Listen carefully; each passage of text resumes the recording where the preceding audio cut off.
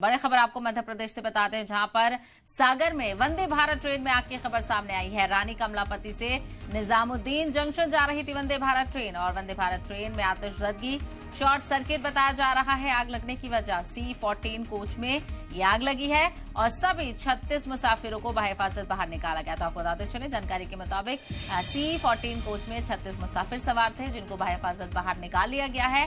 Fire brigade की गाड़ियों ने आग पर काबू भी पा लिया है। बिना स्टेशन के आसपास यह हादसा हुआ है। मुसाफिरों के मुताबिक आग बैटरी से लगी थी। तो तस्वीर आप देख सकते हैं, लगातार ट्रेनें हादसे का शिकार हो रही हैं।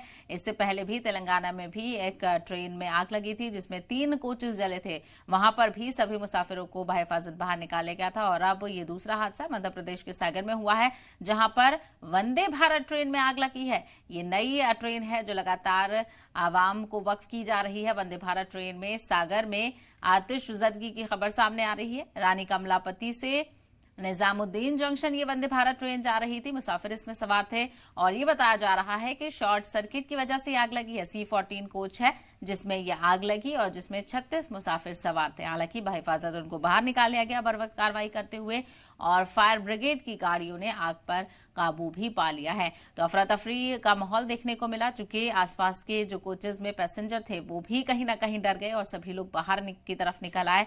तो आपको बताते चले कि बीना स्टेशन के आसपास यह हादसा हुआ है। मुसाफिरों के मुताबिक आग बैटरी से लगी थी, शॉर्ट सर्किट वजह बताया जा रहा है। लेकिन फिलहाल राहत की बात यह है कि आग पर काबू पा लिया गया है और जितने भी जो लोग थे, मुसाफिर थे, उनको बहिफाजत बाहर निकाल लिया गया। तो C14 कोच में आग लगी, जिसमें तकरीबन 36 मुसाफिर सवार थे, उनको बहिफाजत बाहर निकाला गया और फिलहाल आग पर काबू भी पा लिया गया है।